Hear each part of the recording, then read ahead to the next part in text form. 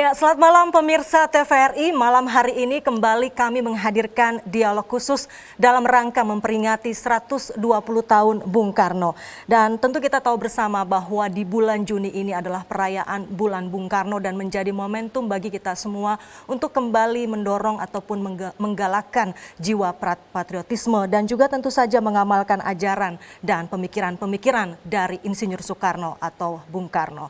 Kita tahu sang putra fajar ini Bapak bangsa dan juga pendiri bangsa memiliki pemikiran-pemikiran dan gagasan-gagasan yang luar biasa. Salah satu yang kita ingat hingga saat ini barangkali adalah konsepnya mengenai Trisakti, yaitu berdaulat di bidang politik, berdikari di bidang ekonomi, dan berkepribadian di bidang kebudayaan. Dan tentu saja untuk bicara soal ini, malam ini saya tidak sendiri, saya bersama Herdina Soeherdi bersama dengan rekan saya. Ya, dan tentunya saya Ardianto Wijaya. Ya. Herdina dan saya nanti malam hari ini juga kehadiran tamu-tamu yang spesial. Betul. Yang nanti akan berbincang bersama ataupun juga diskusi bersama di malam hari ini, pemirsa. Nah, ini terkait dengan bulan Bung Karno tadi yang sudah disampaikan oleh Herdina. Bagaimana cara kita untuk bisa menerjemahkan konsep Trisakti ini sebagai sebuah bangunan ideal untuk masa depan Indonesia nantinya. Kita nanti akan berbincang bersama dengan narasumber kita yang sudah hadir di auditorium TVRI. Kita perkenalkan terlebih dahulu. Yang pertama, yang dekat dengan Herdina adalah Direktur Jenderal Kebudayaan Kemendikbudristek, Pak Hilman Farid. Pak Hilman, selamat malam. Selamat malam Pak Dirjen. Ya, ini Sehat kali selalu, ya? kesekian kita ngobrol dengan Pak Dirjen ya. Dan ini luar biasa, apalagi kalau bicara soal budaya. Beliau ini juga melakukan diplomasi budaya yang luar biasa juga. Terima kasih sekali waktunya Pak. Terima kasih Pak Hilman sudah hadir dan juga yang sudah hadir di auditorium TVRI, anggota Komisi 10 DPR RI, Pak Andreas Parira. Pak Andreas, selamat malam. Jaya. Pak Andreas, selamat malam. Terima kasih juga untuk waktunya. Sehat selalu ya Pak Andreas ya.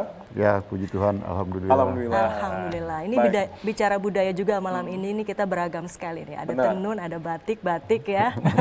Karena sesungguhnya kalau berbicara seorang Soekarno, ini adalah seorang seniman juga Herina. Selain seorang proklamator Bapak Bangsa dan juga sang putra fajar, beliau ini juga memiliki nilai seni yang cukup tinggi, begitu terbukti dari tidak hanya dari pidato-pidatonya yang heroik, namun juga beberapa karya-karya beliau, tidak hanya tulisan namun juga karya seni ya. Ya, dan kalau bicara Pancasila, salah satunya juga hasil dari perenungannya di Pulau Ende, Nusa Sebagai Tenggara. penggali Betul ya, Pak, ya? Pancasila begitu ya.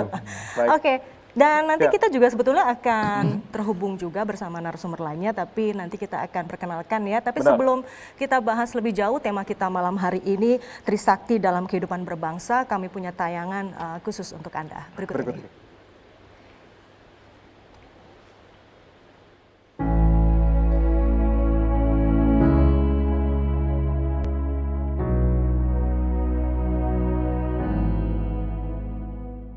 Trisakti menjadi mantra yang telah digaungkan berpuluh-puluh tahun yang lampau oleh pendiri bangsa ini, Soekarno. Berdaulat secara politik, berdikari secara ekonomi, dan berkepribadian dalam kebudayaan adalah konsep Trisakti yang dikemukakan Soekarno saat pidato peringatan Hari Kemerdekaan 17 Agustus 1964.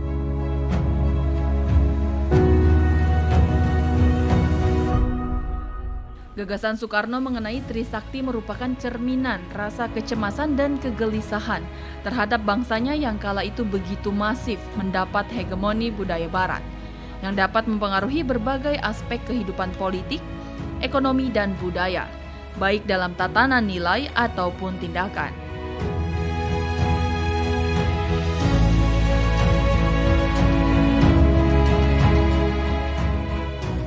Trisakti merupakan 3 kekuatan yang berperan sebagai prinsip dan pilar dalam kehidupan berbangsa dan bernegara. Berdaulat di bidang politik, sebagai bangsa yang merdeka di tingkat internasional dan dilaksanakannya hak-hak kedaulatan rakyat di tingkat nasional.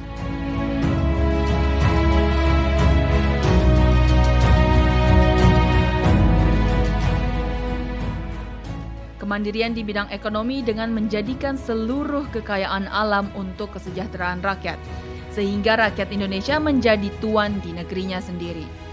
Dan mengembangkan kebudayaan yang bersumber dari kebudayaan rakyat sebagai kepribadian bangsa Indonesia.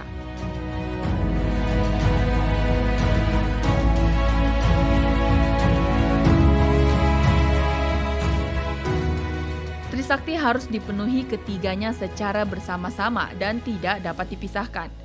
Tidak ada kedaulatan dalam politik dan kepribadian dalam kebudayaan bila tidak berdikari dalam ekonomi. Pun sebaliknya.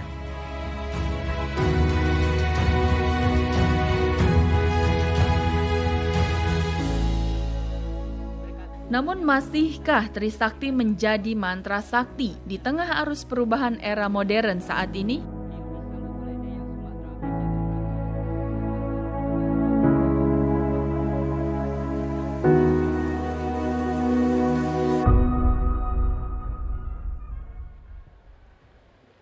Ya, masihkah Trisakti menjadi mandra sakti tentunya dalam kehidupan bernegara, khususnya yang nantinya akan diterapkan tidak hanya generasi milenial, namun juga ini PR untuk generasi kita selanjutnya untuk sama-sama membangun begitu. Apakah memang nilai universal yang sudah dibangun oleh Bung Karno ini bisa diterapkan tidak hanya di bidang politik, ekonomi, sosial budaya, namun juga di seluruh bidang tentunya harapan kita semua ya. Oke, saya pikir tadi Jaya mau langsung tanya ke Pak Dirjen atau Pak Andreas ya.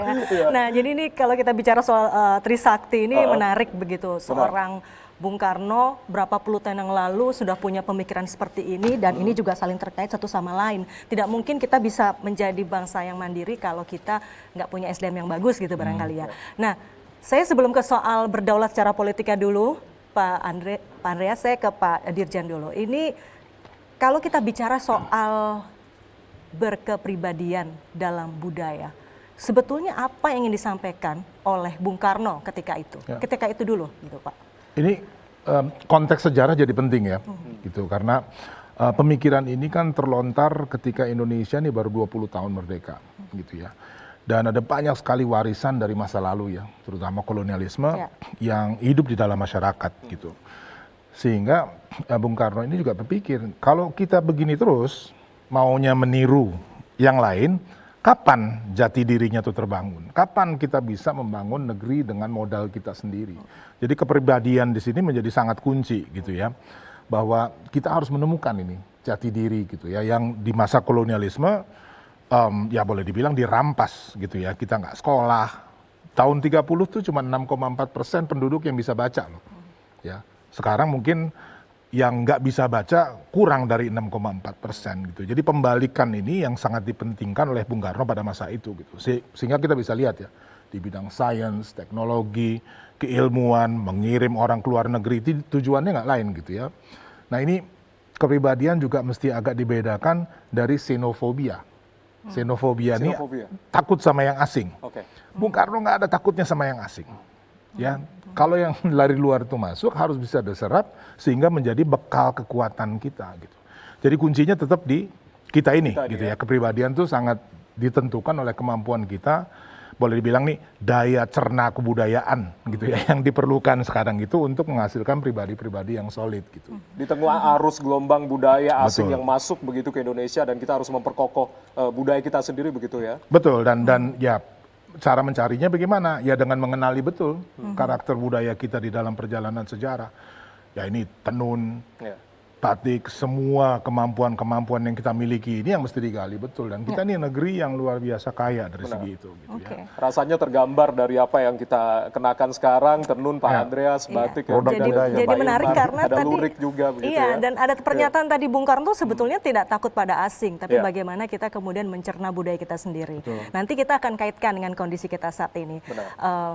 Apa sih sebetulnya yang dimaksud dengan tidak takut pada budaya asing? Karena kan sekarang di era globalisasi kita dipengaruhi oleh banyak ya. Belum lagi yang sekarang sedang tren misalnya kan kita agak ke Korea-Koreaan misalnya. itu termasuk yang mana gitu. Tapi sebelum ditanggapi itu kita ke Pak Andreas dulu. Kita ke Pak Andreas dulu. Ini juga ada kaitannya terkait dengan kedaulatan di bidang politik Pak Andreas. Apalagi ada hubungannya dengan SDM ataupun juga terkait dengan manusia yang berbudaya begitu sesuai dengan Trisakti Bung Karno. Berdaulat di bidang politik, apa yang harus kita terjemahkan apalagi di tengah kondisi pandemi COVID-19? Apakah memang ini kebijakan-kebijakan yang kita bikin harus sesuai dengan mengutamakan rakyat utamanya ini Pak Andreas? Tapi ya sebelum ke sana, Iya, karena gimana? tadi Dina menyinggung sedikit soal bulan Bung Karno, maka Oke, saya ingin menyampaikan sedikit ke publik biar kita semua kembali mengingat Ya. pentingnya kenapa bulan Juni itu kita sebut sebagai bulan Bung Karno. Iya. Karena peristiwa-peristiwa penting. Pertama, tanggal 1 Juni itu adalah hari lahir Pancasila, di mana Bung Karno mempidatokan Pancasila di depan BPUPK pada waktu itu. Kemudian tanggal 6 Juni ya Bung Karno lahir 120 tahun yang lalu, dan tanggal 21 Juni Bung Karno wafat. Jadi memang itu tanggal-tanggal penting yang berkaitan yang terjadi di bulan Juni yang berkaitan dengan founding father kita.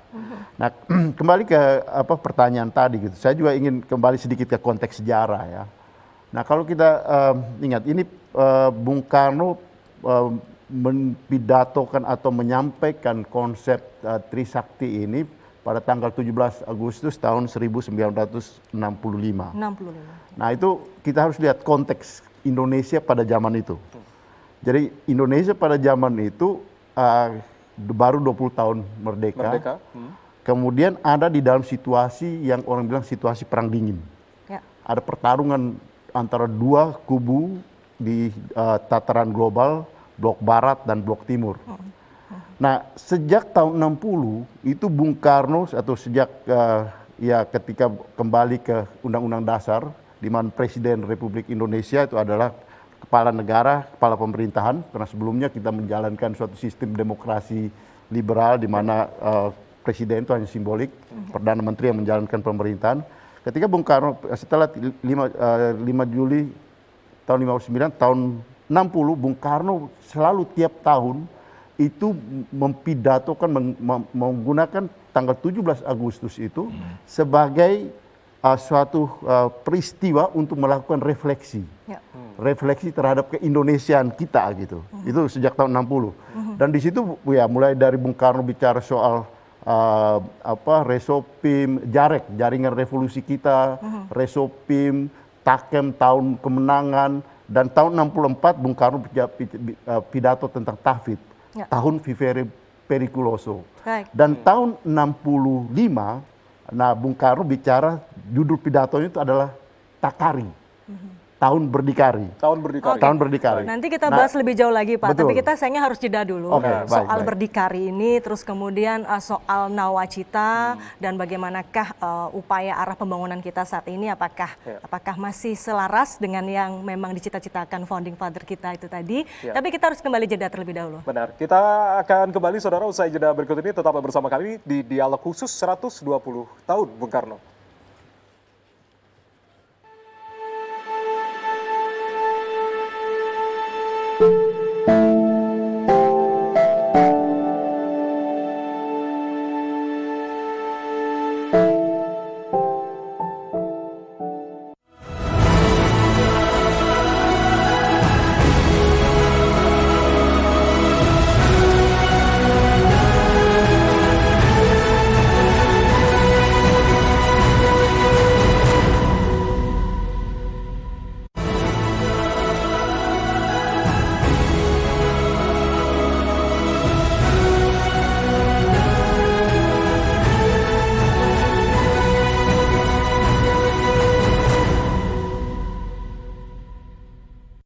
Seperti sekarang ini, pada hari ini, di stadion utama ini, saya berbicara langsung kepada rakyat seluruh Indonesia.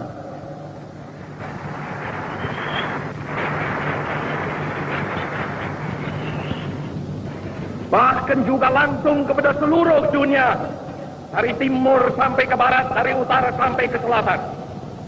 Saya sekarang tidak terutama sekali berbicara sebagai presiden mandataris, tidak sebagai presiden perdana menteri, tidak sebagai presiden panglima tertinggi. Saya berbicara di sini sebagai penyambung lidah rakyat Indonesia.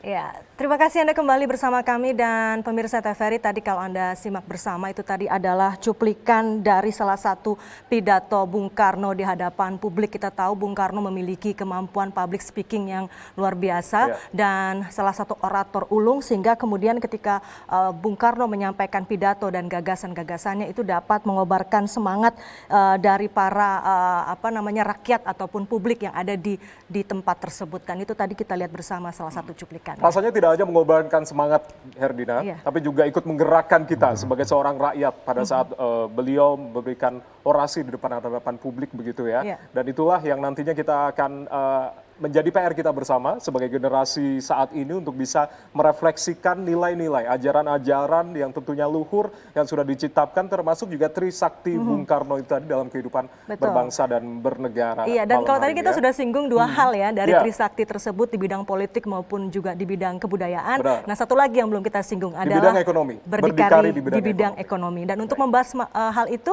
kami juga sudah tersambung bersama dengan narasumber lainnya, Jaya. Ya, ada Ibu Sri tentunya yang saat ini berada dari Yogyakarta yang tersambung, Bu Sri Adiningsih, Ekonom Universitas Gadjah Mada. Selamat malam Bu Sri. Selamat malam Ibu.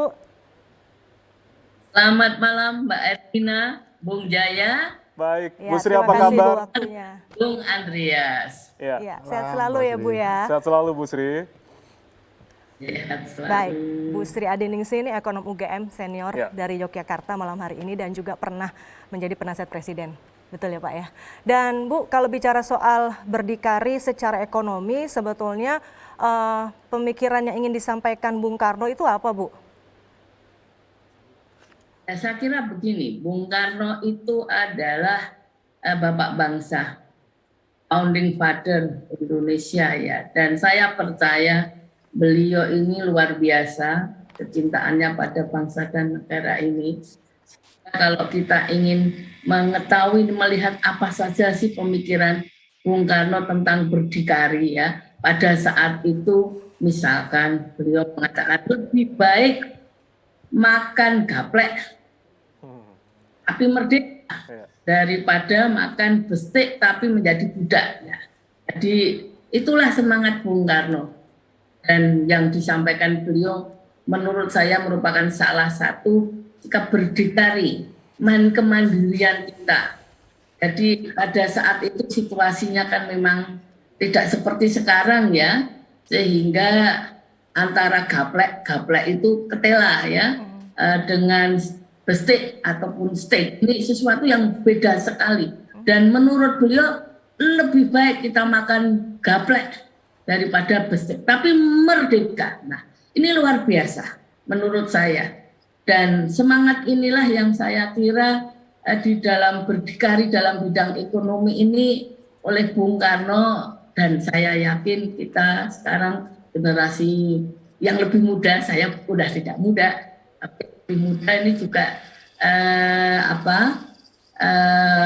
memiliki semangat yang sama. Meskipun mungkin kalau zaman sekarang kalau ditanya anak-anak muda terutama pasti pengennya ya makan bestek tapi merdeka. Dan saya juga lah kalau bisa kan pada saat ini kita makan bestek tapi merdeka tapi makan bestek. Nah inilah saya kira berdikari yang menurut saya perlu kita terjemahkan kemudian dalam kehidupan kita sehari-hari pada saat ini yang tentunya tidak sama dengan pada zaman Bung Karno ya, karena pada saat itu kan beliau mewarisi perekonomian yang ya namanya juga habis prakemerdekaan. Setelah itu kan sampai 1-2 dekade pertama itu juga mempertahankan kemerdekaan Indonesia tidak mudah. Dan kita diwarisi hutang oleh Belanda, tidak ada aset apa-apa, dan tentu saja kita ini kan dijajah Belanda, SDM itu tidak dikembangkan dengan baik, hanya beberapa lah, itu politik etis ya, termasuk Bung Karno, Hatta dan lain-lainnya. Tapi secara umum bangsa Indonesia ini kualitas manusianya pada saat itu rendah sekali ya. Dan itulah yang dihadapi oleh beliau, sehingga pada saat beliau itu menjadi presiden pasti tidak mudah ya, membangun Indonesia dan tentu saja membangun ekonomi Indonesia di tengah-tengah perbatasan dan bahkan juga harus mempertahankan kemerdekaan Indonesia. Ini tidak mudah dan luar biasa bahwa beliau bisa melaluinya, ya tentu saja naik turun namanya juga situasi seperti itu ya. Tapi semangat yang dimiliki oleh beliau untuk mempertahankan kemerdekaan kita, berdikari ya, berdaulat dan tentu saja berdikari dalam ekonomi ini luar biasa yang pada saat ini menjadi tantangan kita bersama karena tadi saya sampaikan saat ini mungkin semangatnya tetap sama, hanya tidak makan gaplek. Semangatnya sama tapi tantangannya berbeda gitu ya Bu ya. Iya. Jadi makan bistik tapi tetap merdeka, investasi asing nggak apa-apa tapi tetap berdaulat gitu maksudnya itu Pak. dia. Nanti kita akan berbincang ya dari sudut berdikari di bidang ekonomi karena memang beliau Bung Karno ini juga sangat kekeh untuk bisa bagaimana mengubah struktur ekonomi Indonesia dari kolonialisme menuju nasionalis pada saat itu. Meskipun tantangannya jangan saat luar biasa pada saat 20 tahun merdeka. Kita akan bahas bersama dengan Bu Sri dan juga dari bidang kebudayaan dan juga politik. Tapi kita akan lihat terlebih dahulu pemirsa, ini kita akan melihat tayangan atau cuplikan terkait dengan catatan dari seorang Bung Karno dari buku Bung Karno Penyambung Lidah Rakyat berikut ini.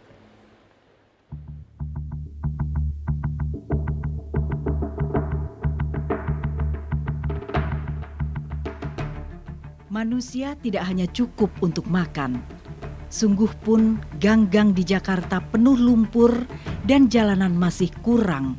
Namun aku telah membangun gedung-gedung bertingkat, sebuah jembatan berbentuk daun semanggi. Jalan raya yang hebat yang dikenal dengan Jakarta Bypass. Dan menamai jalan dengan nama-nama para pahlawan kami. Jalan Diponegoro, Jalan Tamrin, Jalan Cokro Aminoto, dan lain-lain.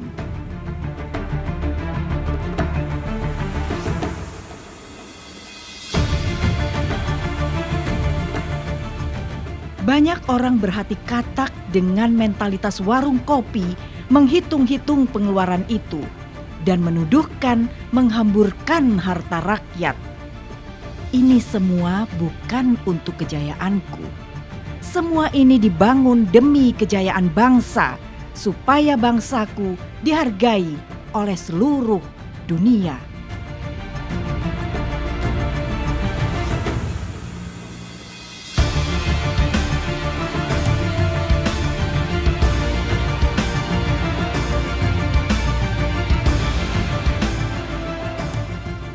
Tulang punggung tanah airku membeku ketika mendengar pertandingan Asian Games 1963 akan diadakan di ibu kotanya.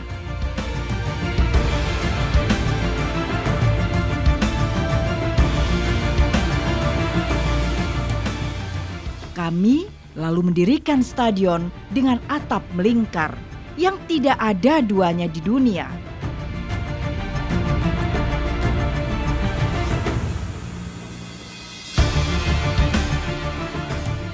Kota-kota lain mempunyai stadion yang lebih besar, tapi tidak satu pun yang mempunyai atap melingkar seperti kepunyaan kami.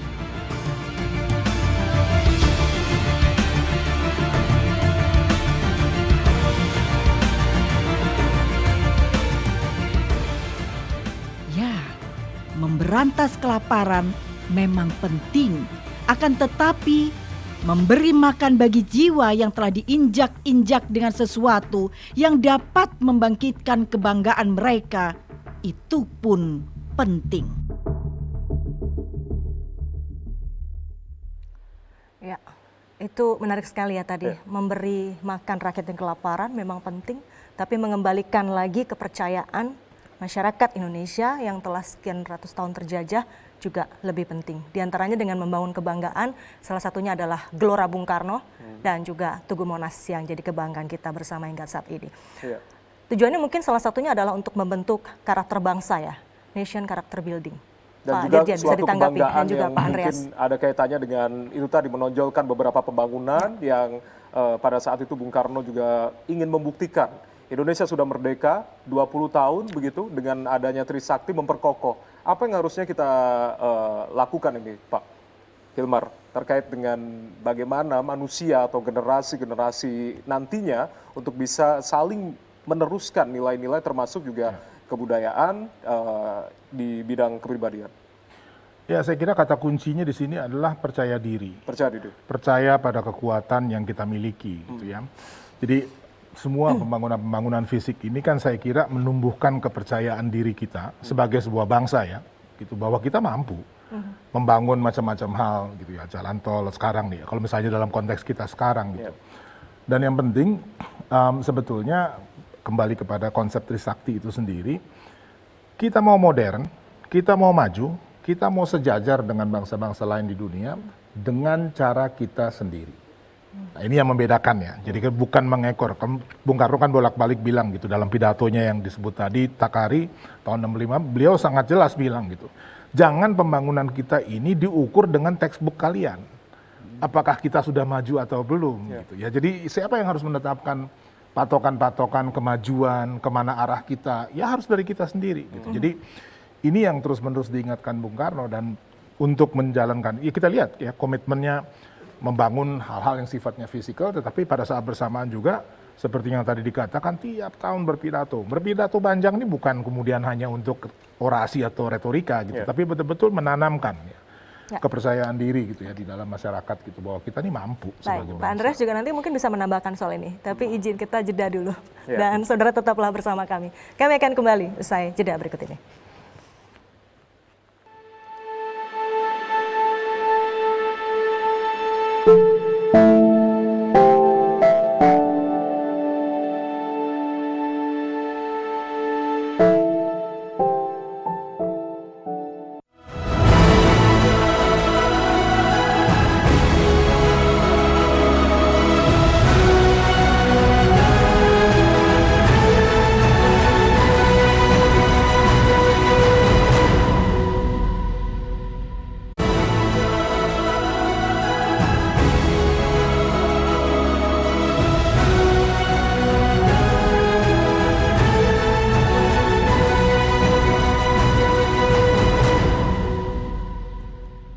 Ya, kami ucapkan selamat malam bagi Anda yang baru saja bergabung bersama kami. Masih di dialog khusus 120 tahun Bung Karno yang malam hari ini kita siarkan secara langsung dari Auditorium TVRI. Berbicara terkait dengan bulan Bung Karno, kita berbicara juga terkait dengan topik kita kali ini, Trisakti dalam kehidupan berbangsa dan bernegara. Termasuk bagaimanakah kita mengamalkan konsep Trisakti yang satu universal, tidak hanya di bidang politik, ekonomi, sosial, budaya, namun juga bagaimana cara kita untuk bisa mengamalkan di tengah kondisi pandemi COVID-19 yang saat ini masih terus berlangsung. Kita akan simak tayangan berikut ini terkait dengan Trisakti di era pandemi COVID-19.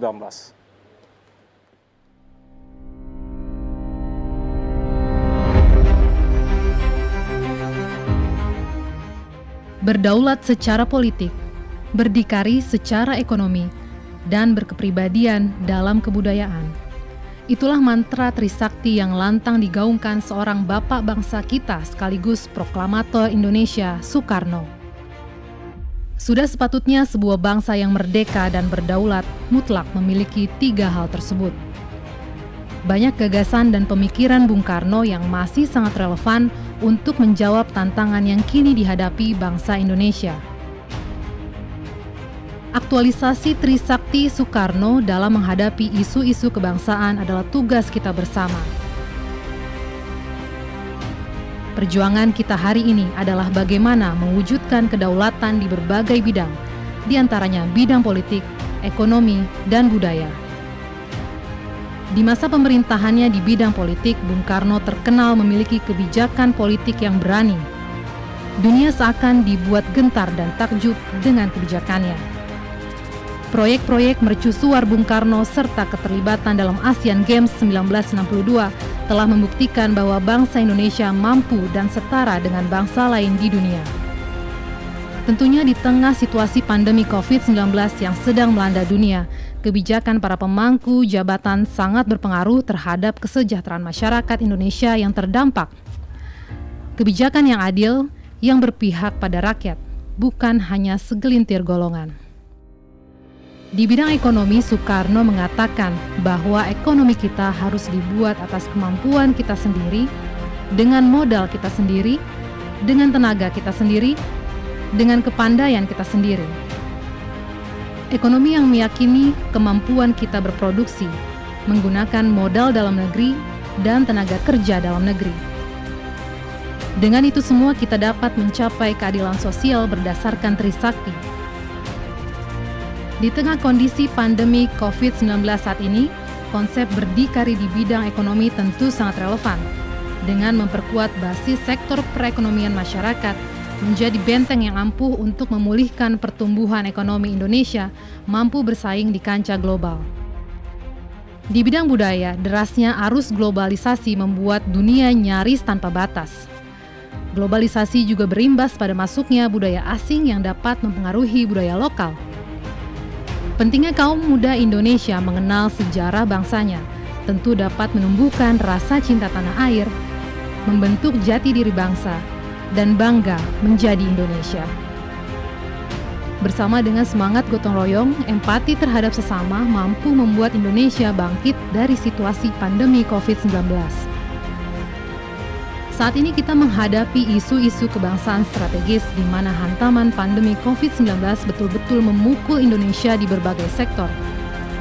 Beberapa sektor seperti ekonomi, bisnis, pariwisata, industri, dan kesehatan seolah lumpuh. Namun dengan percaya dan menggelorakan kembali semangat Trisakti, bangsa Indonesia dapat bangkit kembali dan memulihkan kondisi yang meredup, merdeka, dan berdaulat di negeri sendiri. Kita bertanggung jawab untuk mewarisi ide dan gagasan Bung Karno yang memang sangat relevan dalam mengisi gerak dinamika pembangunan Indonesia. Karena kemerdekaan yang sempurna adalah yang berdaulat secara politik, berdikari secara ekonomi, dan berkepribadian dalam kebudayaan.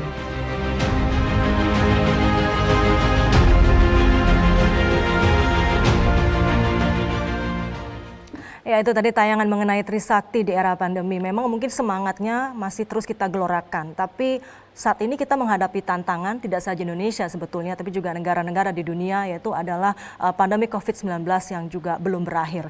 Dan kalau kita bicara di bidang politik, kedaulatan politik, kemudian kita ingin mengimplementasikan Trisakti di era saat ini menjadi solusi bagi kita untuk bisa segera bangkit kembali dari pandemi COVID-19. Menurut Pak Andreas, gimana caranya seharusnya? Ya, memahami konsep Trisakti itu sebenarnya artinya itu adalah merdeka seutuhnya. Kita merdeka secara utuh. Gitu. Dan kalau kita bicara dalam bidang politik, artinya apa? Merdeka seutuhnya itu adalah kita mengelola negara ini dengan tanpa intervensi. Kemudian yang berikut adalah bagaimana kita menjalin hubungan dengan negara lain dalam kesetaraan sebagai suatu negara. Nah, kita ingat konteksnya tadi yang saya singgung, masa Perang Dingin, di mana bulan Januari tahun 65 itu Indonesia baru keluar dari PBB itu, karena kritik-kritik yang keras dari Bung Karno. Berkaitan dengan konsep berdaulat tadi, dua hal ya berkaitan. Kita bagaimana di dalam situasi seperti sekarang, berdaulat itu artinya ya kita jangan membiarkan negara atau bangsa yang lain mengintervensi kebijakan-kebijakan yang ada di kita. Dan pada saat yang bersamaan adalah ya kita juga menjalin hubungan dengan negara-negara lain, termasuk misalnya di dalam hal kita tidak anti asing gitu, di dalam hal antivirus gitu. Ya kita tidak anti asing, kita tidak menolak apa yang dari luar gitu. Tapi bagaimana di dalam diplomasi kita dengan negara lain itu menempatkan diri kita punya dalam kesetaraan. Tetapi tadi kembali Trisakti itu ada di dalam satu kesatuan, bahwa tidak mungkin kita bisa berdaulat dalam bidang politik kita bisa berkepribadian dalam budaya. Kalau kita tidak berdaulat dalam bidang politik, kita tidak berdikari dalam bidang ekonomi. Jadi dia harus ada di dalam suatu kesatuan sehingga kita bisa merdeka seutuhnya. Dan kalau kita bicara soal kondisi kita saat ini yang sama-sama ingin bisa keluar dan bangkit dari pandemi COVID-19, diplomasi vaksin kita juga rasanya juga cukup baik begitu ya Pak ya. Bahkan Presiden Joko Widodo juga menyerukan agar adanya kesetaraan soal vaksin itu. Pak Andreas, sebelum kita ke Bu Sri nanti. Justru itu, gitu. Artinya di dalam situasi seperti ini ya bahwa kita perlu bantuan, kita perlu kerjasama. Tetapi di dalam membangun kerjasama tersebut, ya tentu kita harus menempatkan diri pada posisi sebagai negara yang berdaulat dalam bidang politik tadi, artinya ya kita setara dengan negara-negara tersebut. Kita juga harus mulai berpikir untuk mampu memproduksi ini sendiri gitu, vaksin ini Vaksin gitu. sendiri, ya. Apa yang kita butuhkan, nah itu yang kita maksudkan dengan berdikari di dalam bidang ekonomi sehingga kita punya bargaining position yang lebih baik. Kita berdaulat dalam bidang politik itu harus didukung oleh posisi tawar kita ke negara lain baik secara ekonomi maupun secara budaya tadi yang disinggung oleh Pak Hilmar tadi. Sehingga dengan demikian nilai tawar kita ke luar negeri itu equal, setara dengan posisi tawar kita negara-negara. saat ini sudah di mana Pak? Nah justru itu. Nah kalau kita lihat sekarang kan bagaimana ya di dalam pemerintahan Pak Jokowi ini menggenjot perekonomian kita, meskipun di dalam situasi sulit seperti sekarang, ya kita tetap berupaya semaksimal mungkin, ya kita pembangunan pertumbuhan ekonomi ya bisa kembali membaik gitu. Dan yang pasti bahwa kita misalnya dalam konteks pandemi kita bayar itu kita tidak minta-minta gitu. Tetapi kita bayar, kita punya kemampuan untuk berbicara dengan yang negara lain karena kita punya kemampuan untuk ya juga kita tidak terima gratis. Sehingga kita tidak diatur oleh mereka harus begini, harus begitu. Nah, itu yang penting di dalam bagaimana kita bicara berdaulat dalam bidang politik tadi, di dalam konteks yang juga harus didukung oleh berdikari kemampuan ekonomi kita gitu. Nah, kalau istilahnya Bung Karno pada waktu itu ya berdikari dalam bidang ekonomi itu jangan sampai ayam itu mati di lumbung padi gitu. Itu kalimatnya. Kenapa? Kita punya semua. Sumber daya alam kita punya gitu. Apa kalau orang tanya Indonesia sebenarnya jangan orang tanya apa yang kamu punya gitu. Tapi tanya apa yang kamu tidak punya. Indonesia itu apa yang kita tidak punya gitu di Republik ini. Kita langsung ke Bu Sri Adeningsih mungkin Pak. Semua kita punya gitu. Pengamatan beliau soal kondisi ekonomi Indonesia saat ini. Apakah kita saat ini sudah berdikari secara ekonomi Bu? Karena kalau tadi disebutkan oleh Pak Andreas juga mungkin juga disepakati Pak Hilmar bahwa Indonesia ini kaya akan sumber daya. Termasuk juga harusnya kita bisa memenuhi semua kebutuhan kita saat ini. Tapi apakah itu sudah terjadi? Bagaimana menurut pengamatan Ibu? Ibu Sri? Bu Sri. Baik, Bu Sri Adeningsih. Oke. Sepertinya terkendala ya komunikasi kita ya. Nanti kita akan sambung kembali dengan Bu Sri, lalu bagaimanakah caranya untuk sama-sama menyeimbangkan, mengamalkan Trisakti, termasuk juga berdikari di bidang ekonomi, dan juga karena memang di tengah pandemi COVID-19, kesehatan dan juga ekonomi ini sama-sama berjalan harusnya dengan lancar. Ya? Begitu ya, sama-sama berjalan bersama, beriringan begitu. Kita akan bahas nanti usai jeda berikut ini, tapi sebelum itu kita akan tentunya mengulas satu tayangan, Herdina dan juga Pak Hilmar, Pak Andreas dan juga pemirsa, ini terkait dengan catatan dari Bung Karno dari sebuah buku Sarinah terkait dengan politikus salon berikut ini.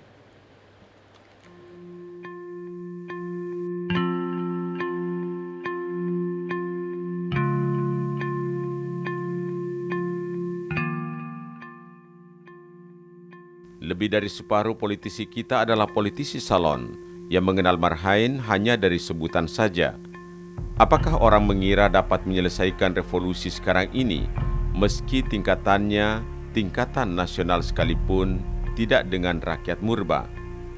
Politikus yang demikian itu sama dengan seorang jenderal yang tak bertentara.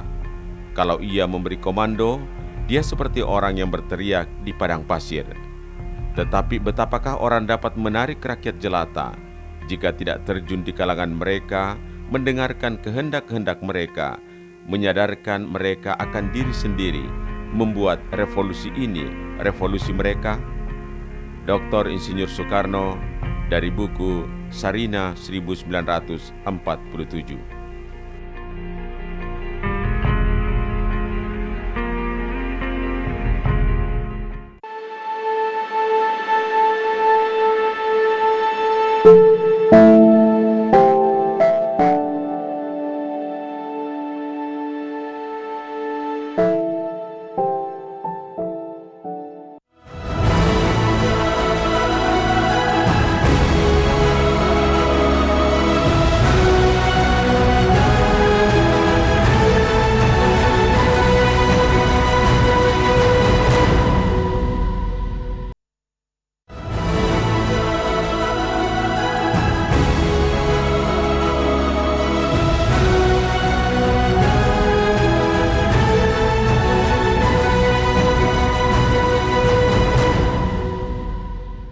Anda masih bersama kami di 120 tahun Bung Karno yang kami siarkan secara langsung di Auditorium TVRI, dan tentunya malam hari ini kita masih bergabung bersama dengan Bu Sri Adiningsih, ekonom Universitas Gadjah Mada. Bu Sri, masih mendengar suara kami, Bu Sri? Bu Sri Adiningsih? Halo, Ibu masih bersama kami ya, Bu? Ya, Ibu, ini kalau kita bicara soal Trisakti, terutama di bidang ekonomi, kita harus berdikari, tapi juga kendalanya atau saat ini kita tantangannya kita menghadapi pandemi COVID-19. Kita ingin maju, ingin segera pulih perekonomian kita, tapi berbagai upaya dilakukan, tapi rupanya juga tidak mudah begitu. Bagaimana Bu Sri Adiningsih melihat hal ini? Apakah kita sudah cukup berdikari, Bu, secara ekonomi?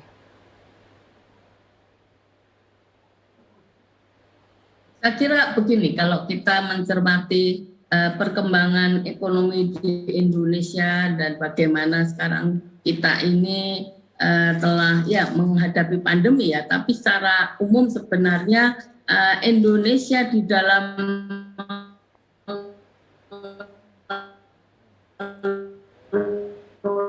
ekonomi, sayang sekali ya, di dalam membangun ekonominya, ada orang tua harian persen dia, kemudian juga sayang sekali, rasanya mungkin nanti kita akan coba lagi menghubungi kembali Bu Sri Adiningsih, karena sepertinya ya ini kalau sekarang ini kan memang teknologi begitu canggih ya Pak ya, tapi juga kadang-kadang tetap aja gitu ya ada trouble-nya begitu. Ya, coba menghubungi Bu Sri kembali ya. Kita kembali lagi ke Pak Ilmar. Mungkin Pak Ilmar kalau melihat kondisi di tengah pandemi COVID-19, salah satu mungkin hal yang diperlukan berkepribadian di bidang kebudayaan ini adalah budaya gotong royong. Di tengah pandemi COVID-19, budaya gotong royong sangat diperlukan, saling membantu antara satu dengan lain. Dan sebetulnya apa yang mungkin akan kita gali lagi terkait dengan budaya gotong royong yang mungkin diamalkan oleh Bung Karno pada Trisakti ini? Banyak sekali ya. Gotong royong ini kan kata kuncinya juga di sini adalah empati. Ya. Jadi memahami yang lain gitu sebagai basis untuk kita bekerja sama gitu. Dan kemarin saya mendengarkan pidato Pak Jokowi itu statement yang luar biasa. No one is safe until everyone is. Jadi nggak ada yang bisa selamat kecuali semua orang sudah selamat gitu. Jadi prinsipnya bahwa kita adalah bagian dari sesuatu yang lebih besar. Nah, pemahaman ini kunci gitu. Dan di dalam masyarakat kita selama masa pandemi ini terlihat ya, misalnya di Kanekes ya, di Banten sana gitu ya, orang Baduy. COVID menurut laporan per Januari 2021 di Baduy. Kenapa bisa begitu? Gitu. Karena mereka punya susunan sistem sosial gitu yang sangat efektif. Ya. Sama seperti orang rimba di Jambi gitu ya.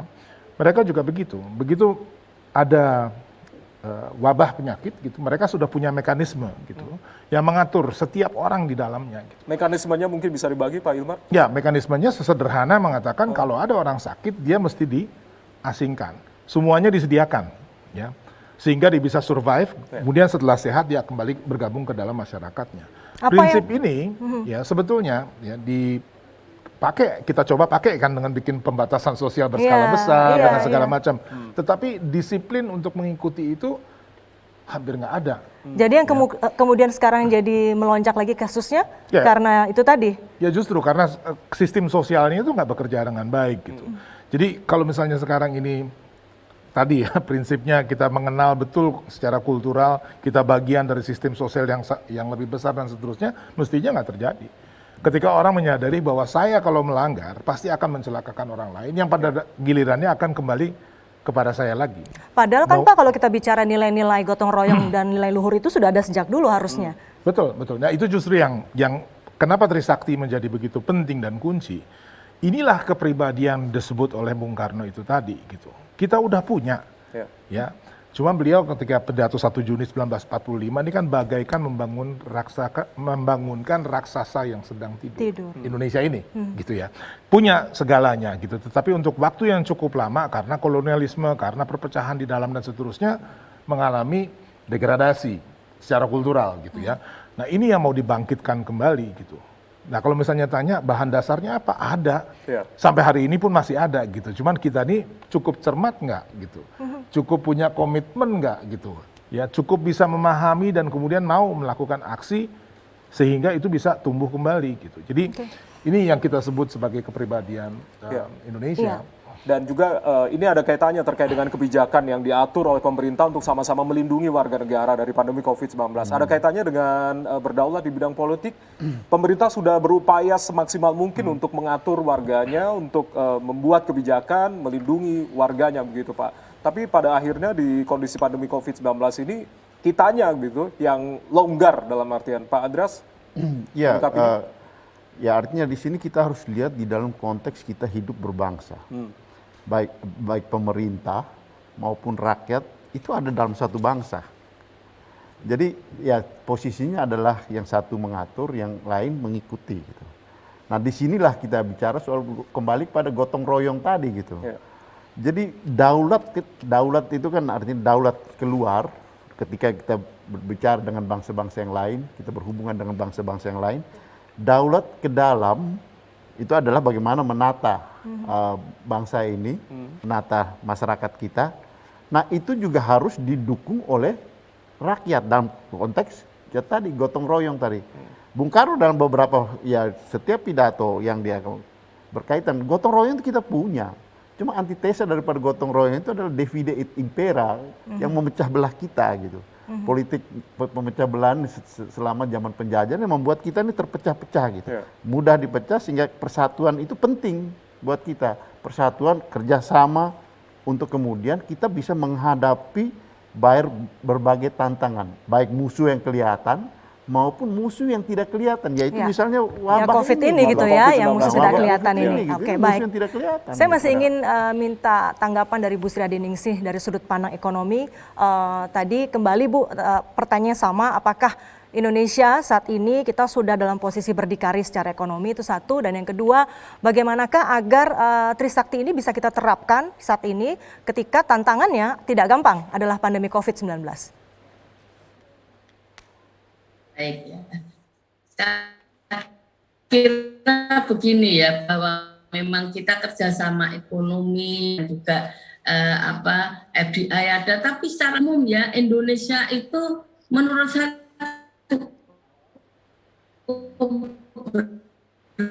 berdikari ekonominya ya. Dalam merancang pembangunan, di dalam membuat kebijakan itu adalah bisa mandiri, tidak dipengaruhi oleh negara lain ataupun siapapun juga ya.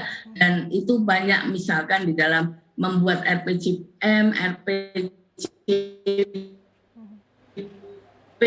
ataupun rencana kerja itu kan juga ada pemerintah dan nanti juga biasanya dengan DPR ya, itu bisa mengembangkan perencanaan ekonomi yang ada. Dan saya kira secara umum dalam masa pandemi ini mungkin kalau kita lihat bahwa pemerintah juga bisa dengan mandiri membuat kebijakan untuk merespon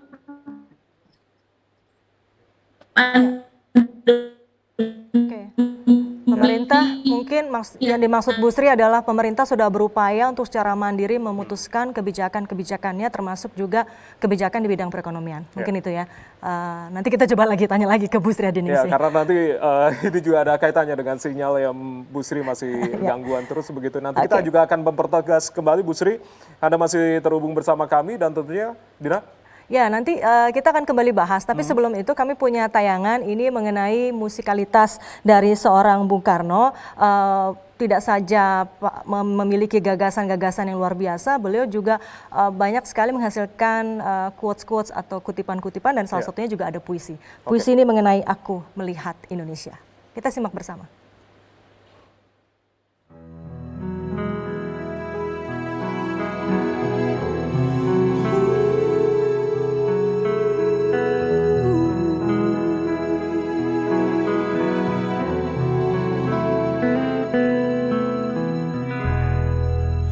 Jikalau aku melihat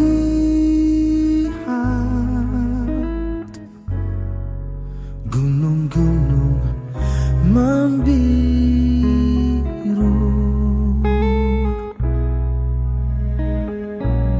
aku melihat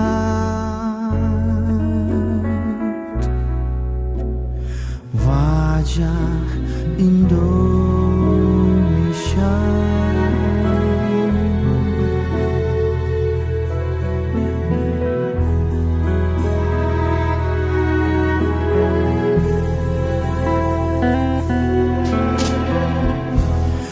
Jikalau aku mendengar lautan membanting di pantai bergelora, aku mendengar suara Indonesia.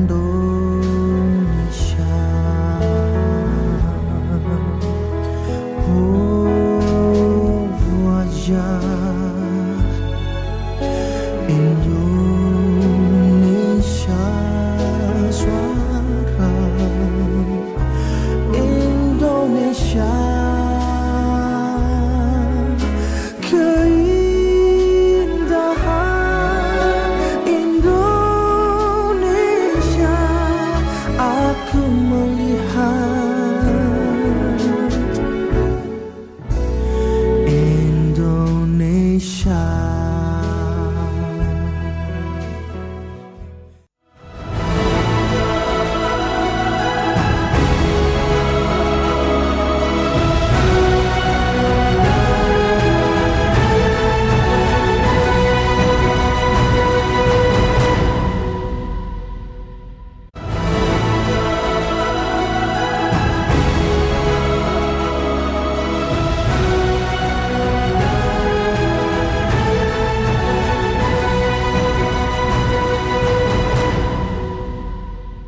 Ya, masih berbicara terkait dengan Trisakti dalam kehidupan berbangsa dan bernegara. Malam hari ini masih di bulan Bung Karno, bulan Juni ini. Saya dan juga Herdina masih menemani Anda pemirsa di 120 tahun Bung Karno dan masih berbincang dengan narasumber yang luar biasa yang malam hari ini hadir ya.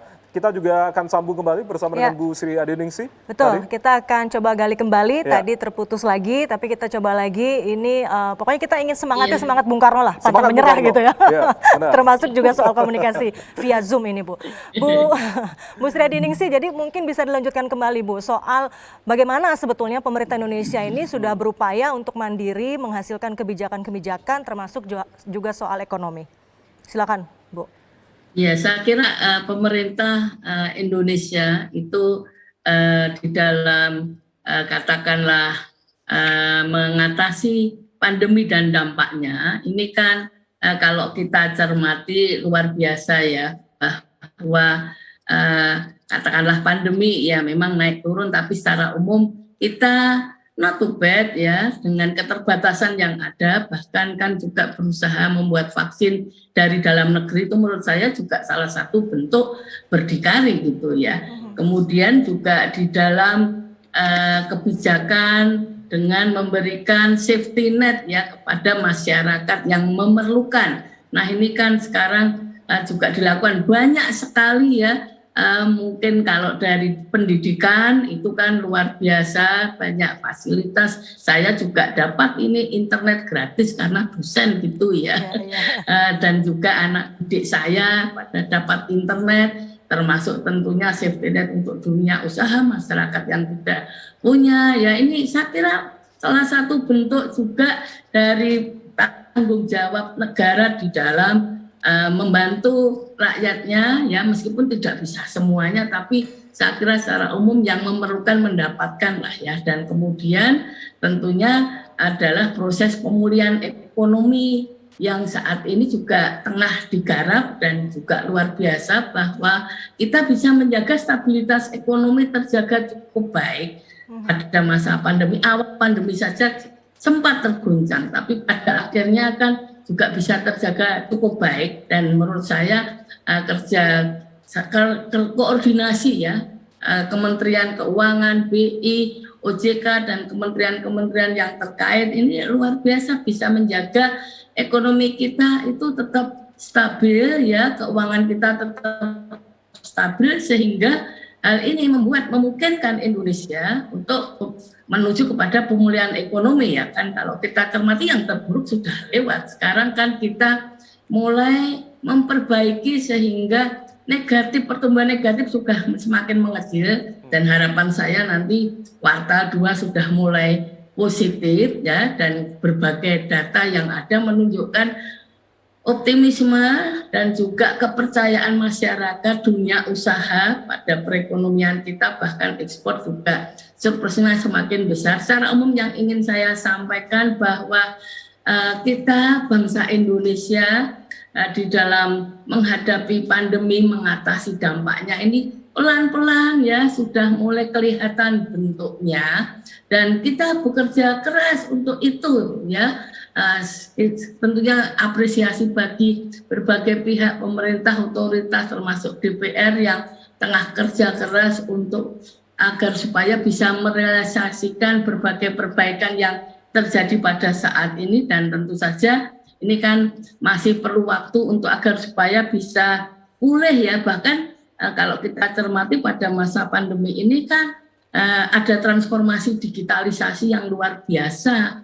Dan nampaknya kita di Indonesia ini pemerintah dan juga berbagai otoritas, bayangkan dalam 1 tahun itu mendukung, membantu masyarakat sehingga bisa, bayangkan dulu zooming mana ada, online sekolah mana ada, dan juga saya dulu juga kalau beli apa-apa masih datang ke toko ya, ke supermarket, ke bank. Sekarang semuanya online dengan cepat kita belajar. Dan banyak sekali edukasi ya, baik oleh otoritas ataupun juga melalui pihak-pihak lain dan masyarakat.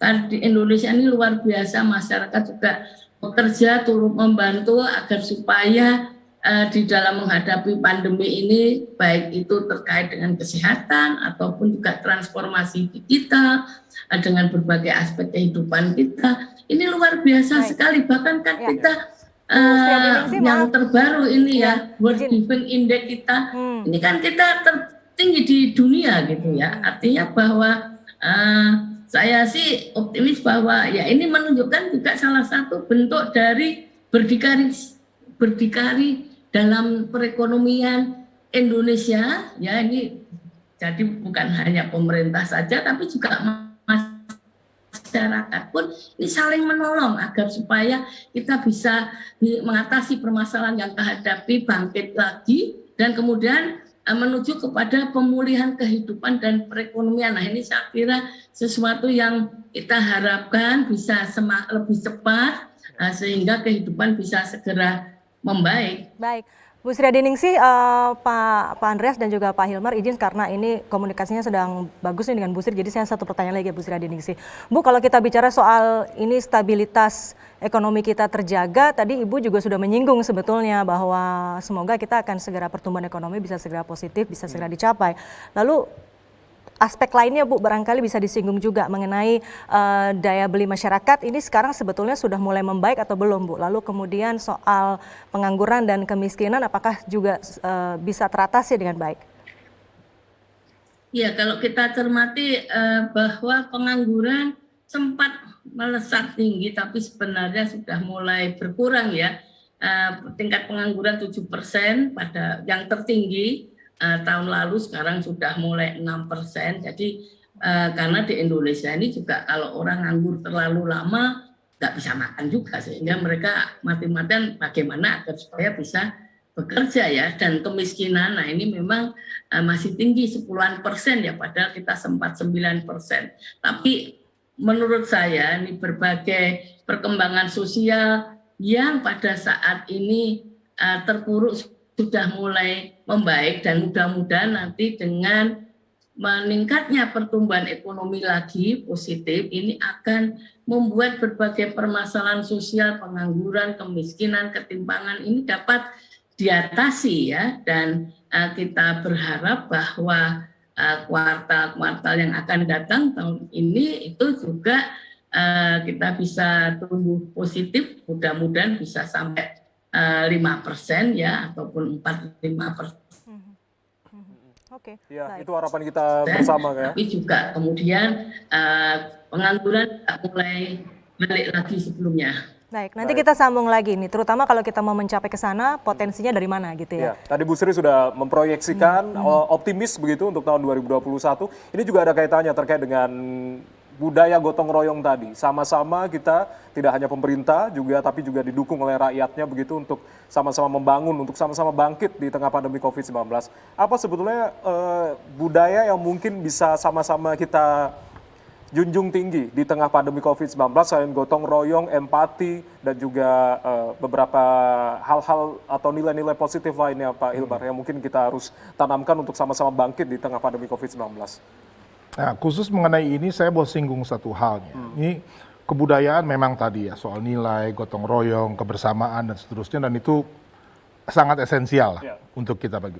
Tapi tidak kalah pentingnya pengetahuan yang ya, kebudayaan ini bukan cuma kesenian dan segala macam gitu ya, tapi termasuk di dalamnya adalah pengetahuan lokal yang diwariskan turun-temurun mengenai alam lingkungan kita. Kearifan lokal begitu.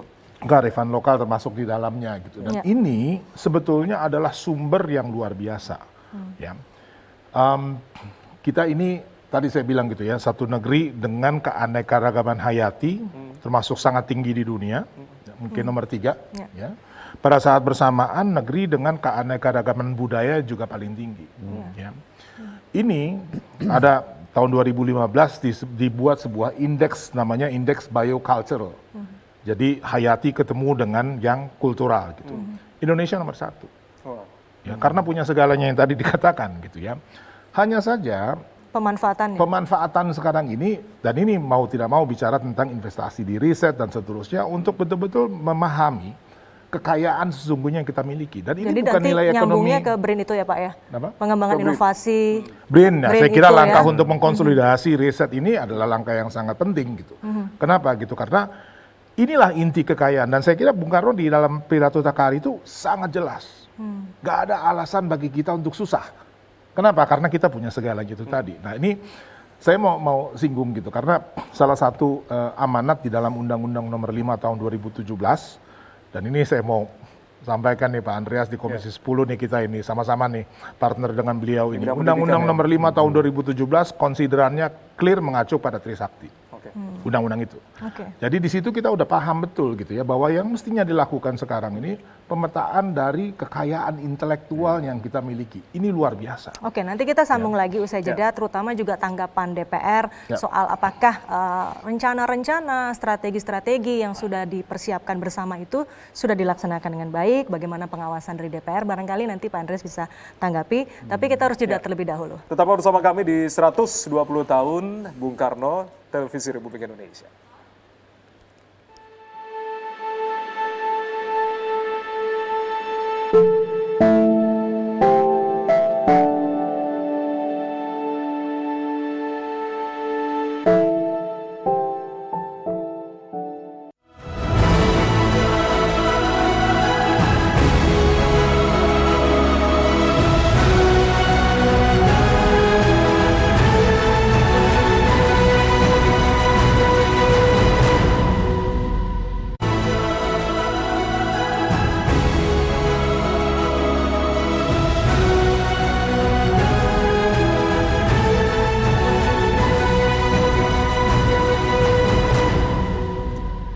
Semakin malam semakin seru perbincangan kita Ya. terkait dengan 120 tahun Bung Karno. Tema kita khususnya ini terkait dengan Trisakti dalam kehidupan berbangsa ya, Rida ya. Kita masih lanjutkan bersama dengan narasumber kita yang masih hadir dan juga Bu Sri Adiningsih yang masih terhubung melalui via Zoom ya. Ya, terutama kalau kita tarik lagi kemudian dengan kondisi kekinian saat ini. Tadi Ya. saya ingin tanyakan sebetulnya sebelum jeda tadi ke Pak Andreas dan juga ke Pak Hilmar, itu adalah soal pembangunan manusia. Karena tidak mungkin kita bisa berdikari secara ekonomi kalau SDM kita juga nggak kuat gitu, dan Pak Jokowi sepertinya juga menyadari hal itu. SDM unggul Indonesia SDM maju. unggul Indonesia maju, ingat Iya. ya itu ya.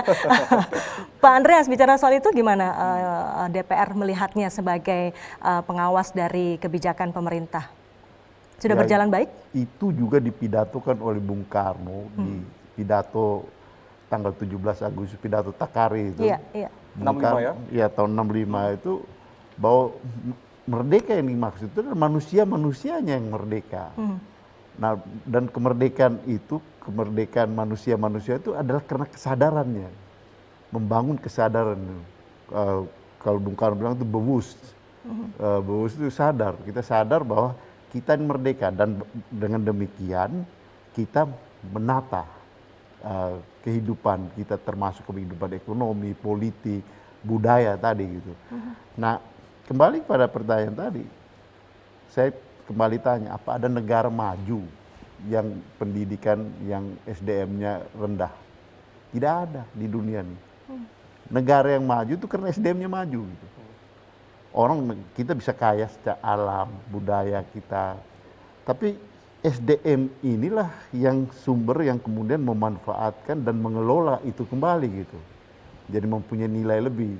Tadi kan Pak Hilmar di dalam ini kita dialog tadi kita menyinggung banyak sekali kita punya nih. Ya. Baik yang kekayaan alam, kekayaan budaya. Tapi kalau kita tidak memanfaatkan itu, membuat mempunyai nilai lebih, akhirnya kita pergi cari. Kita punya jaipongan, kita punya ini tarian-tarian banyak, tapi kita terlalu bangga dengan yang Korea-Korea gitu misalnya. Bukan berarti kita anti terhadap itu gitu. Tapi kalau kita menata, mengelola itu lebih baik dengan ini dan bisa menjual ke negara lain, orang justru melihat kita gitu kan.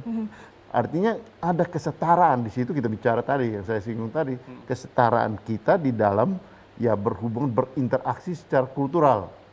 Di samping berinteraksi secara ekonomi, berinteraksi secara politik, tapi juga berinteraksi secara budaya di dalam konteks internasional. Ya, di dalam berinteraksi konteks soal budaya dan yang nggak kalah pentingnya meningkatkan kompetensi SDM kita. Nih mungkin Pak Hilmar bisa menambahkan soal ini karena ternyata pekerja kita ini kebanyakan juga lulusan sekolah dasar gitu ya. Dan itu kan di era sekarang ini sebetulnya kita jadi gimana gitu posisinya Pak, berkompetisi dengan SDM-SDM luar yang akan masuk ke Indonesia? Ya pasti kita masih punya pekerjaan rumah ya gitu untuk meningkatkan akses pendidikan, itu salah satu kuncinya. Dan saya kira dalam beberapa tahun terakhir ini digenjot betul gitu ya melalui Pendidikan vokasi ya? Salah satunya termasuk pendidikan vokasi gitu. Tapi yang pasti memastikan akses dulu gitu ya, bahwa setiap anak itu memang betul-betul bisa sekolah. Dan Mas Menteri, Mas Nadiem ini juga mencanangkan Merdeka Belajar. Merdeka Belajar. Satu konsepnya tidak lain bahwa ya belajar ini juga harus sesuai dengan konteks di mana kita ada gitu ya. Jadi lingkungan itu juga sangat menentukan. Tentu akan lain gitu ya. Anak yang besar di dalam lingkungan pesisir misalnya dengan yang hidup di pegunungan. Skill setnya, jenis pengetahuannya, orientasinya pasti juga akan berbeda. Jadi pendekatannya disesuaikan gitu ya Pak? Persis ya? gitu. Okay. Nah ini kontekstualisasi dari pendidikan ini juga kunci gitu untuk memastikan adanya SDM yang bermutu. Ya, SDM yang unggul ini juga ada kaitannya terkait dengan berdikari di bidang ekonomi. Bu Sri Adiningsih masih bergabung bersama kami ya Bu? Iya. Baik, Bu Sri, ini melihat secara berdikari di bidang ekonomi itu juga ada kaitannya dengan SDM yang unggul ini tadi. Bagaimana cara kita untuk sama-sama menjadikan SDM kita ini unggul, sama-sama maju dalam bidang sumber daya manusianya begitu. Karena memang Bung Karno sendiri kalau berbicara terkait dengan struktur perekonomian kolonial saya kira, ini begini, kalau kita berbicara mengenai berdikari dalam bidang ekonomi itu yang paling penting terutama adalah SDM. Ya. Karena kita tidak mungkin berdikari mandiri dalam bidang ekonomi kalau SDM kita tidak berkualitas, ya, kemudian kita tidak memiliki daya saing di dunia yang sekarang ini kompetitif dan persaingan semakin kuat, ya, semakin tinggi. Oleh karena itulah SDM merupakan tulang punggung penting bagi Indonesia di dalam membangun perekonomian yang berdikari, ya, sehingga dengan SDM yang kualitasnya tinggi, kemudian daya saing yang kompetitif. Nah, ini merupakan dua hal pokok yang utama di dalam kita membangun ekonomi berdikari. Nah, ini kalau kita cermati sebenarnya pemerintah dalam rencana pembangunan jangka menengah 2020-2024 ini memberikan penekanan di sana. Ya, kalau kita lihat di mana di dalam RPJMN itu penekanannya kan salah satunya pertama adalah manusia, kemudian juga peningkatan produktivitas daya saing, ya, karena itu memang penting dengan semua aspeknya tentu saja. Kira-kira itu ya yang harus menjadi fokus, peningkatan produktivitas dan daya saing. Bangsa Indonesia. Iya, peningkatan produktivitas dan daya saing itu jadi kuncinya ya. Itu masih pendidikan masih di bawah 9 tahun ya. Ya, baik Bu. Dan juga tadi satu hal yang juga kita dengar bersama dari Bu Sri Adiningsih bahwa perekonomian Indonesia saat ini sepertinya juga sudah mulai sedikit-sedikit mulai mau bangkit begitu ya. Tadi dikatakan ekspornya sudah mulai ada dan kita berharap nanti pertumbuhan ekonomi bisa positif begitu. Dan itu tentu optimisme yang ingin kita bangun bersama saat ini. Sekaligus juga tadi mungkin adalah penutup dari Bu Sri Adiningsih. Tapi dari Pak Hilmar dan juga Pak Andreas kami ingin apa semangat yang bisa kita sampaikan, optimisme yang bisa kita sampaikan saat ini kepada publik, terutama bagaimana menyikapi pandemi COVID-19 dikaitkan dengan Trisakti. Ya, yang pasti adalah kita harus percaya diri. Ya, Bung Karno itu di dalam berbagai pidatonya, dalam pesan-pesan ke rakyat sejak kemerdekaan, bahkan sebelum sampai dengan ya pada akhir hayat hidupnya, itu adalah kepercayaan diri. Kita percaya diri sebagai bangsa bahwa kita bisa menghadapi tantangan. Nah, sekarang kita berhadapan dengan tantangan. Kita percaya diri bahwa sebagai bangsa kita bisa keluar dari situasi ini dan kita bisa menjadi pemenang dari situasi ini. Tentu dengan syarat tadi kita gotong royong, kita disiplin, dan bagaimana kita kerja keras untuk bisa keluar dari situasi tantangan ini. Baik, kuncinya percaya diri, Pak Hilmar. Ini adalah momen jeda kemanusiaan di kita sekarang. COVID itu kan menempatkan kita semua sama, ya, nggak peduli dia presiden, nggak peduli dia rakyat jelata, raja atau pengusaha, semua sama. Sehingga sekarang ini momen refleksi yang paling tepat sebetulnya. Ya, memikirkan bukan hanya diri kita sendiri, bukan hanya bangsa, tetapi juga dunia gitu ya. Dan ini saya kira inilah saat yang paling tepat pelajari kembalilah.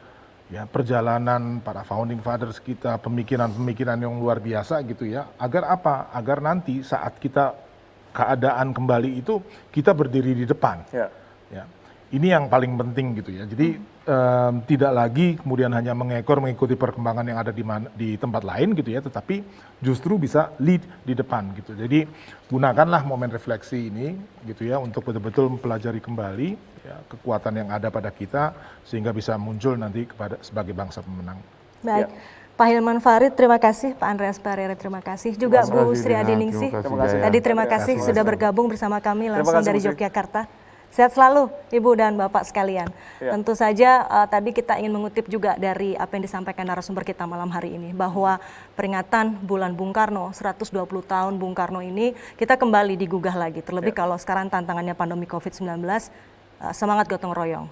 Kemudian tadi percaya diri, dan itu semua harus kita gelorakan kembali agar kita sama-sama berempati, sama-sama saling menjaga agar kita semua bisa selamat dari pandemi COVID-19 ini dan bangkit untuk memulihkan kembali perekonomian kita. Termasuk waktunya kita untuk merefleksikan diri begitu ya, tadi yang dikatakan oleh Pak Hilmar. Baik, demikianlah dialog khusus edisi spesial 120 tahun Bung Karno. Saya Ardianto Wijaya dan juga Herdina bersama dengan narasumber yang bergabung di malam hari ini juga terus mengingatkan kepada Anda saudara untuk tetap patuh, disiplin dalam menerapkan protokol kesehatan 5M karena memang di tengah pandemi COVID-19 COVID-19, apalagi lonjakan kasus yang cukup tinggi di beberapa hari terakhir begitu ya. Dan juga kami terus mengundang Anda, mengajak Anda untuk tetap mendukung program gerakan vaksinasi nasional yang saat ini gencar dilakukan pemerintah ya. Dan akhirnya saya Ardianto Wijaya. Dan saya Herdina Suherdi, pamit undur diri. Sekali lagi terima kasih Anda sudah bersama kami. Selamat malam dan sampai jumpa. Sehat selalu. Terima kasih banyak. Terima kasih. Terima kasih. Terima kasih Pak.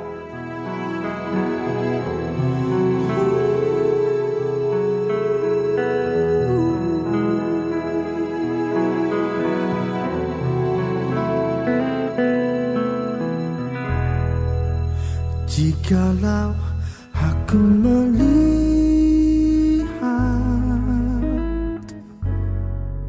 gunung-gunung membiru,